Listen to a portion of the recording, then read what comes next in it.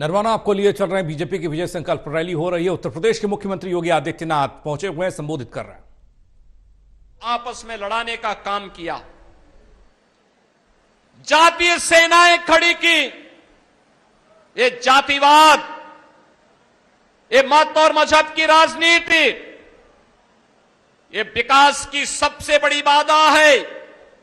बहनों और भाइयों, अगर हमें विकास करना है, अपने वर्तमान को अच्छा बनाना है, अपने भविष्य को सुखद और उज्जवल बनाना है, तो हमें इन बैरियर्स को पार करना पड़ेगा जो जातिवाद के नाम पर है, मत और संप्रदाय के नाम पर है, जो किसी अन्य कारणों से है।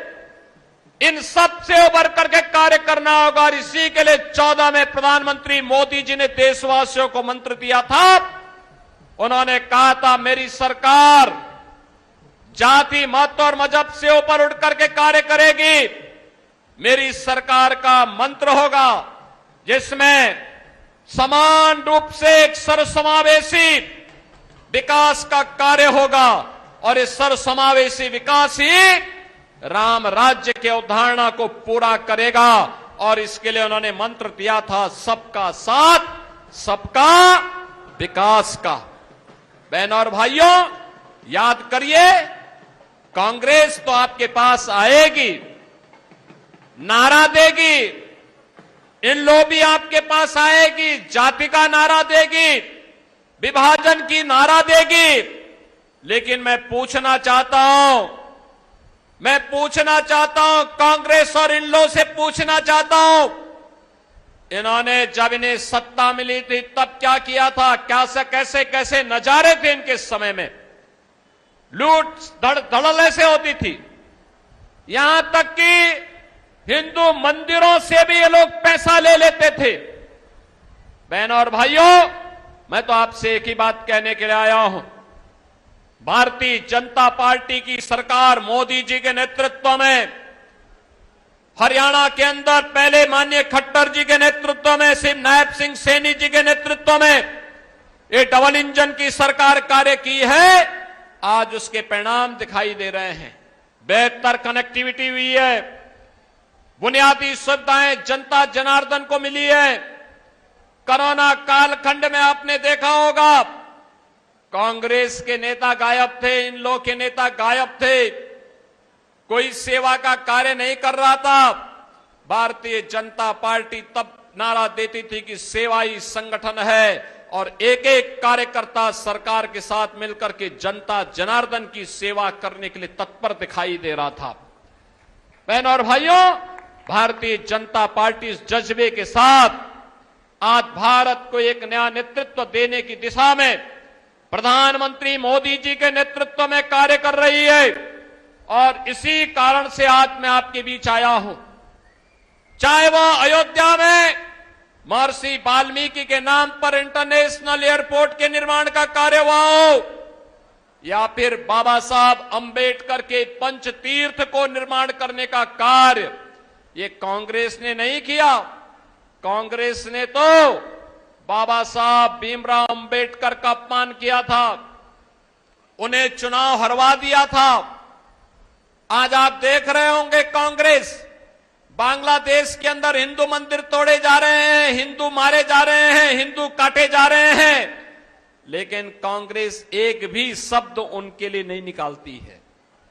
कांग्रेस के मुंह से, इन लोगों के मुंह से एक भी शब्द नहीं निकलता है।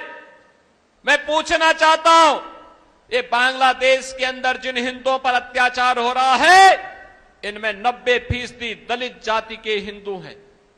लेकिन बहनों और भाइयों, कांग्रेस को वोट बैंक की चिंता है, इन लोगों को वोट बैंक की चिंता है, उन्हें हिंदुओं की चिंता नहीं है। और इसीलिए तो बाबा साहब भीमराव अंबेडकर कई लोग अपमान करते हैं। कांग्रेस ने बाबा साहब भीमराव अंबेडकर से जुड़े हुए किसी भी तीर्थ के विकास में कभी रुचि नहीं ली। मोदी जी हैं जिन्होंने बाबा साहब भीमराव अंबेडकर की जन्मभूमि मऊ मध्य प्रदेश में भव्य स्मारक बनाया।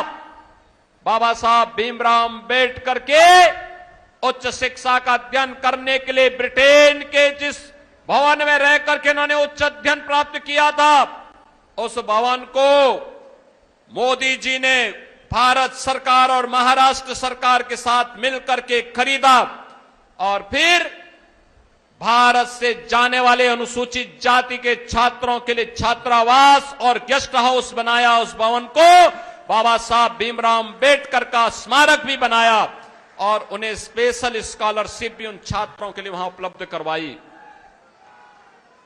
बाबा साहब भीमराव अंबेडकर ने दिल्ली में रह करके अपना सार्वजनिक जीवन जहां व्यतीत किया, वहां बाबा साहब भीमराव अंबेडकर का भव्य स्मारक बाबा साहब अंबेडकर इंटरनेशनल सेंटर के रूप में विकसित हो चुका है। कभी दिल्ली में जाकर के देखिए, बाबा साहब ने जहां अपनी दीक्षा ली थी, वह भूमि को भी एक भव्य स्मारक बनाने का काम प्रधानमंत्री मोदी जी के नेतृत्व में हुआ है।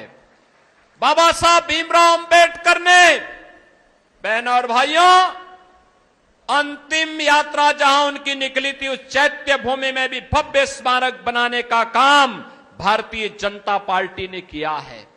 ये पंचतीर्थ बाबा साहब भीमराव अंबेडकर से जुड़े हुए भारतीय जनता पार्टी की नेतृत्व की, मोदी जी की नेतृत्व की सरकार ने बनाए हैं।